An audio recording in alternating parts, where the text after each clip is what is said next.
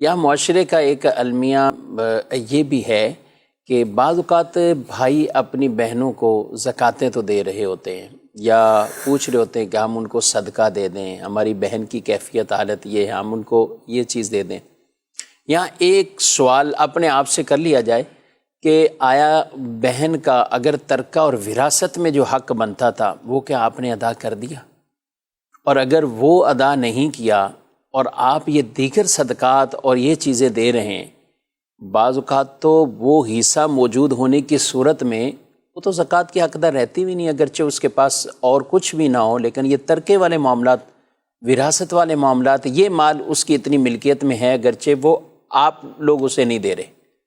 تو یہ بھی پہلو ضرور سامنے رکھنا چاہیے، کیونکہ بسا اوقات کفیل صاحب جب کچھ لوگ پوچھتے ہیں اور سوال کرنے سے بھی اندازہ ہوتا ہے کہ یار یہ آدمی کروڑ پتی اور اس کی بہن شریف فقیر۔ جی، شریف فقیر کا مطلب سیدھا سادہ یہ ہوا کہ پاکستانی کرنسی یعنی 1 لاکھ بھی اس کے پاس نہ سونا ہے، نہ چاندی ہے، نہ اتنی رقم ہے۔ تو اب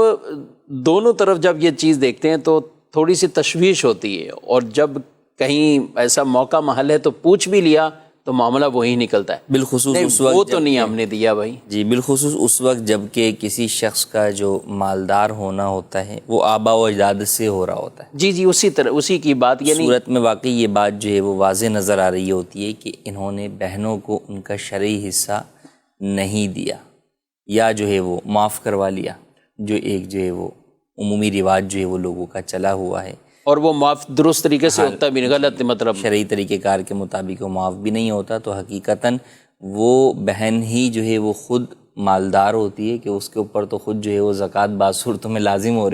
رہی ہوتی ہے، لیکن اس کو جو ہے وہ حق نہیں دیا گیا ہوتا، تو اسے جو ہے وہ شرعی فقیر کنسیڈر کر کے اپنی زکوٰۃ دے کر تو خوش ہو رہے ہوتے ہیں کہ ہم مدد کر رہے ہیں، حالانکہ دوسری طرف اسی کے مال کے اوپر جو ہے وہ غاصب بنے بیٹھے ہوتے ہیں اور اس سے آگے نفع کما رہے ہیں، چاہے وہ پراپرٹی بڑھ رہی ہے یا بزنس کے اندر وہ پیسہ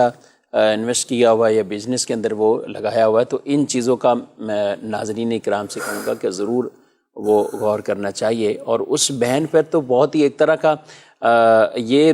ترس بھی آتا ہے نا کہ جس نے پہلی ابتدائی زندگی کفیل صاحب ایسے گزاری اپنے ماں باپ کے ساتھ، بڑے ناز نخروں کے ساتھ اور دیگر معاملات سب اسباب متا، اب جو قسمت مقدر اس کا نکاح شادی جہاں بھی سلسلہ ہو گیا، اب ہوا ایسی جگہ پہ کہ جو نوکری پیشہ ہے یا نارمل ہے، اور وہ بھی پھر آزمائشوں میں جب آ گئے تو پھر کافی یعنی وہ بہن کتنی مشکل سے، اور وہ بولتی نہیں ہوگی اپنے بھائیوں کو لیکن آخر دل میں تو باتیں آتی ہیں۔ پھر بعد وقت بچے ہو جاتے ہیں تو بچے خود ہی ماموں کے سامنے آ جاتے ہیں، یعنی کہ آپ لوگ بھائی ہمارا حق کہاں گیا، ہمارے حق تو دیں۔ تو یہ واقعات ایسے ہیں کہ یہ ہمارے معاشرے میں یہ پائے جاتے ہیں، تو اگر یہ خرابی ہے تو یہ ضرور دور کرنی چاہیے، اور جو شریعت مطہرہ نے ترک وراثت میں ایک بیٹے کا حق رکھا ہے وہ بیٹا لے، جو بیٹی کا حق رکھا ہے وہ بیٹی کو دیا جائے۔ اگر بیٹے کے حصے میں بالفرض 1 کروڑ روپیہ آ رہا ہے تو اسی وراثت اور ترکے میں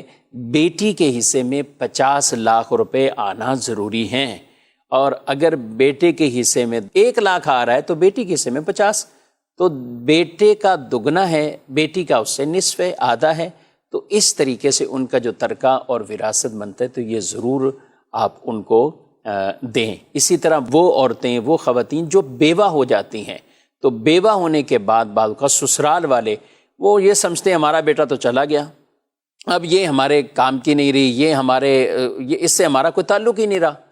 اور یہ بھی صورت زیادہ تر جب اولاد بھی نہ ہو، اب اولاد بھی نہیں ہے تو اب بیوہ کو بالکل گھر سے بعض اوقات عدت بھی پورا نہیں کرنے دیتے اور اپنے گھر سے نکال دیتے ہیں یا اس کو میکے بھیج دیتے ہیں۔ بہت بڑا ظلم ہے یہ، ظلم ہے۔ اور پھر جو کچھ ترکہ اور وراثت میں ملتا ہے وہ اس بیوہ عورت تک نہیں پہنچایا جاتا، اسے نہیں دیا جاتا۔ اولاد نہیں ہے تو شوہر کی جو کچھ ملکیت ہے تو 1/4 کفیل صاحب اس کو دینا لازمی ہے۔ جی، اولاد نہیں ہے تو پھر جو ہے وہ 1/4 اسے دیا جائے گا، اولاد ہے تو 8واں حصہ جو ہے وہ اسے دیا جائے گا۔ حدیث پاک میں فرمایا جو کسی کی میراث میں سے اس کا حصہ کاٹتا ہے تو اللہ اس کے لیے جنت کا حصہ وہ بھی ختم فرما دے گا، اس سے محروم کر دے گا۔ اللہ پاک ہمیں عمل کی توفیق دے۔ اور یہ ناظرین کرام دین اسلام کی خوبصورت تعلیم ہے، اور یہ ان لوگوں کے لیے پیغام اور سوال جواب بھی ہے جو کہتے ہیں کہ عورت کو کیا حق ملا عورت کے لیے تحفظ شریعت مطہرہ نے کس کس انداز سے کیے ہیں۔ بیٹی پیدا ہوتی ہے تو والد کے لیے وہ ایک رحمت نعمت یوں بنتی ہے کہ اس کی بیٹی کی پرورش پر اللہ اس والد کی مغفرت فرماتا ہے۔ پھر جب شادی ہو جاتی ہے تو شوہر کی ذمہ داریاں آ جاتی ہیں اور وہ شوہر اس کے معاملات، اور اگر کسی کے ساتھ یہ معاملات بھی ہو جائیں انتقال والے تو شریعت نے یہ بھی ان کے حقوق پورے بیان کیے ہیں۔ اللہ پاک اسلامی تعلیمات پر عمل کی توفیق دے۔